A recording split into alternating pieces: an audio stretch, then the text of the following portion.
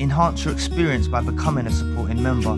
Gain access to unseen videos and video requests. 3-day free trial by visiting zionmembership.com. Ones, empaths, the narcissist involved in your life losing you becomes one of the worst decisions of their life. Honestly, you may not believe it, but it's true. You see, you got to backtrack a little bit. When they first encountered you, they were infatuated, obsessed. The obsession remains, but they were really infatuated with you. They really idolized you, you see. But the more you love them, the more that you're there for them. They're not like regular people or even empaths. They're complete opposite of empaths, but they're very selfish in nature, you see. They're very ungrateful, selfish creatures. So the more that you're there for them, the more that you love them, they begin to get an inflated sense of self. They begin to get a warped version of their own importance in your life. They begin to believe that they're irreplaceable to you. And they try to put you under this spell. They try to make you feel like you can't live without them, when in reality, it's they can't live without you. So they suffer throughout the whole relationship. I'm not trying to trigger any of you here, but for most of the relationship, the narcissist involved in your life suffers with the grass is greener syndrome. They're constantly in competition. They're constantly comparing. You know, they're comparing you to their friends' relationships or what they see on TV or on social media. They're comparing. They don't, you know, they couldn't appreciate you for being you, you know? And there's nothing wrong with you, you know? There's nothing wrong with you. It's just they are selfish in nature, ungrateful, unappreciative. You are being supportive, loving, loyal, kind, courteous, empathetic. But they just took all of this for granted. They just soaked it up in the form of supply. It's basically what they did. And what the thing is them getting their inflated sense of self, their own warped version of their own importance in your life, makes them, you know, I'm not trying to trigger any of you here, but they do look elsewhere. When the relationship's going on, they look at other relationships. They start, you know, getting angry and resentful at why you're not treating them at the same way that they're seeing someone get treated in a fictional movie, perhaps. You know, a fictional TV series, or even social media is so false, really. They get envious and jealous of other people's relationships, and all you wanted was someone to love you for who you were, you know, be appreciated for who you are. You know, no one's perfect. No one's perfect. But you deserve to be respected and treated with the utmost respect, and deserve to be valued for who you are, you know. But you see, this grass is greener syndrome has a bit of twist for the narcissist that was involved in your life. Some of them get exponentially out of control with this grass is greener syndrome, and they go through with a brutal discard towards you, or devaluation and discard, or a smear campaign and discard, or a reverse discard. You know, they go through with this, or they become so unable to be around that you end up cutting them off. You know, they just become so toxic as hell that you have to actually end the relationship and cut them off, you know. So however it ended, they set out on their journey to head over to those greener pastures, so to speak. And you know, the thing is they get over there, and they're delusional. You know, they are delusional. So they find a new supplier perhaps, and everything's exciting for them. I'm not trying to trigger any of you now, but this is what goes on in their minds. They're excited. It's new. They think, wow, they've got something new. You know. And they rush very, very quickly. You know. But, you know, that quickly fades, and they realize that they've exchanged a precious diamond like you, or some beautiful green blades of grass like you, for some astroturf or a piece of glass. And then they're stuck there. You see? They're stuck there. They don't know how to get back to you. The only way that they think they can get back to you is making you jealous or envious. So please, remove any jealousy. Don't compare yourself to anyone or anyone. You know? Don't let them moving forward affect your self-esteem or your self-worth. It can affect it, but try to battle against it. Try to put resilience in you and resist the urge to compare yourself to anyone else. Be grateful for the unique creation you are. And the thing is they didn't appreciate you at the time for your unique creation that you are, for your individuality, for you being an intuitive being of light. They didn't appreciate you.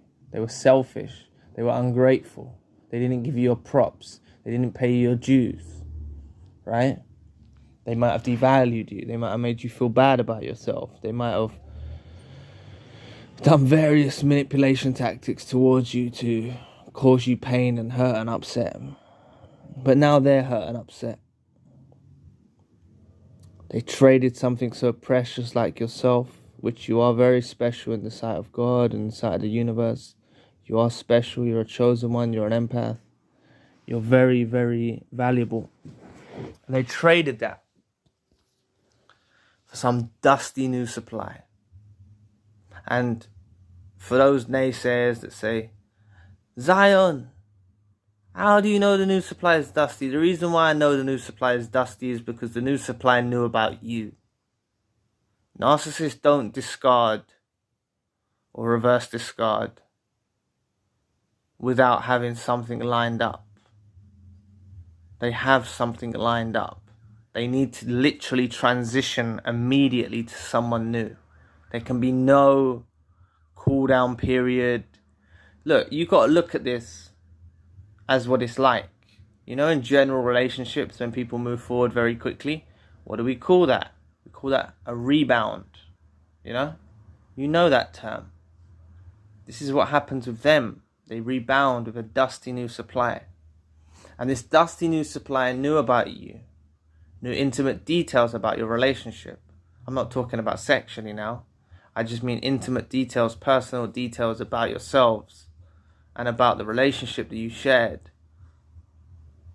They knew things about you. They knew who you were. They heard the narcissist involved in your life tell them things about you. And this is the thing, is because they heard such bad information about yourself, they heard all of the bad things that you are, the terrible person that you are, the toxic person that you are. And this isn't, they wanted to be Captain Save-A-Ho and come in and rescue the narcissist. They wanted to rescue the narcissist. You see, thing is though, this new supply is just as toxic as the narcissist, to be quite frank. If not worse. In some cases, they might be worse. But it's highly unlikely that this narcissist runs into another empath. Because majority of empaths, unless they're tricked, I can't say all, but majority of empaths wouldn't engage with someone that they know is in a relationship. And that's how you know that this new supply is not on your level or doesn't have your morals or decency. Because they engaged with someone that was taken.